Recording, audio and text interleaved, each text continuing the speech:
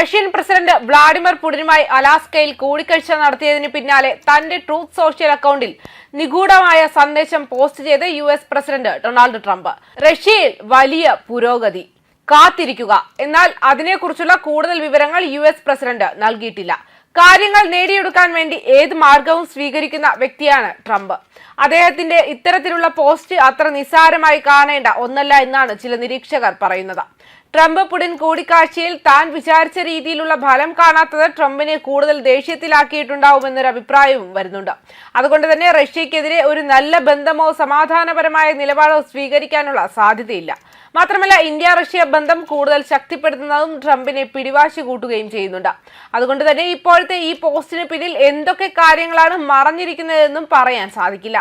നേരത്തെ US-ഉം റഷ്യൻ നേതാക്കളും തമ്മിലുള്ള കൂടിക്കാഴ്ച മോസ്കോയുടെ യുക്രൈൻ അധിനിവേശം തടയുന്നതിനുള്ള ഒരു കരാറുമില്ലാതെ അവസാനിച്ചിരുന്നു.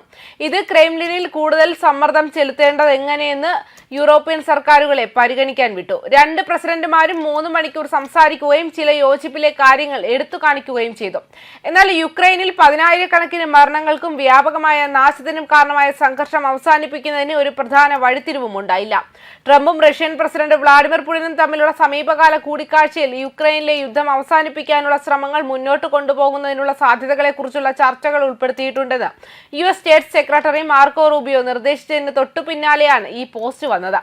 യുക്രൈൻ യുദ്ധം അവസാനിപ്പിക്കുന്നതിനുള്ള മുന്നേറ്റങ്ങൾക്ക് സാധ്യതയുള്ള കാര്യങ്ങൾ ട്രംപ് പുടിൻ കൂടിക്കാഴ്ചയിൽ ചർച്ച ചെയ്യപ്പെട്ടുവെന്നും റൂബിയോ പറഞ്ഞു. ഉടനടി പരിഹാരം പ്രതീക്ഷിക്കുന്നതിനെതിരെ അദ്ദേഹം മുന്നറിയിപ്പ് നൽകിയെങ്കിലും നമ്മൾ ഒരു റഷ്യ-ഉക്രൈൻ സമാധാന കരാറിന്റെ വക്കിലാണെന്ന് ഞാൻ പറയുന്നില്ല.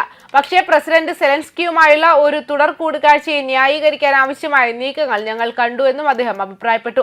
ഒരു സമാധാന കരാറിലെത്താൻ കഴിയുന്നില്ലെങ്കിൽ റഷ്യയ്ക്ക് കൂടുതൽ പ്രത്യാഘാതങ്ങൾ നേരിടേണ്ടി വരുമെന്ന് റൂബിയോ മുന്നറിയിപ്പ് നൽകി. ഉക്രൈനിലെ റഷ്യയുടെ യുദ്ധം അവസാനിപ്പിക്കാൻ സഹായിക്കുന്നതിനുള്ള ശ്രമങ്ങൾ അമേരിക്ക തുടരുമെന്നും എന്നാൽ വിജയം ഉറപ്പില്ലെന്നും റൂബിയോ കൂട്ടിച്ചേർത്തു.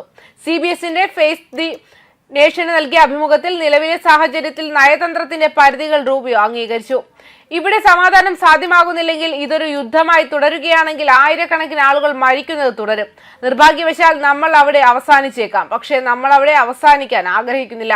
അതേസമയം ബ്രിട്ടൻ, ജർമ്മനി, ഫ്രാൻസ് എന്നീ രാജ്യങ്ങളിലെ നേതാക്കൾക്കൊപ്പം ഉക്രൈനിയൻ പ്രസിഡന്റ് വ്ളാഡിമിർ സെലൻസ്കിയും തിങ്കളാഴ്ച വാഷിംഗ്ടണിൽ ട്രംപുമായി കൂടിക്കാഴ്ച നടത്തും. വേഗത്തിലുള്ള സമാധാന കരാർ അംഗീകരിക്കാൻ ട്രംപ് ഉക്രൈനോട് ആവശ്യപ്പെടുന്നതിനാൽ സെലൻസ്കിയെ പിന്തുണയ്ക്കുക എന്നതാണ് യൂറോപ്യൻ നേതാക്കളുടെ ലക്ഷ്യം.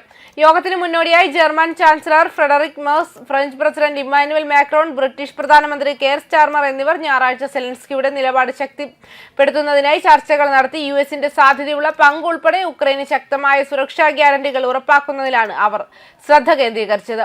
റഷ്യയുമായുള്ള സംഘർഷത്തിന്റെ നിലവിലെ മുൻനിരയിലെ അടിസ്ഥാനമാക്കിയാണ് സമാധാന ചർച്ചകൾ നടത്തേണ്ടതെന്ന് ഞായറാഴ്ച ബ്രസൽസിൽ സംസാരിച്ച സെലൻസ്കി വ്യക്തമാക്കി.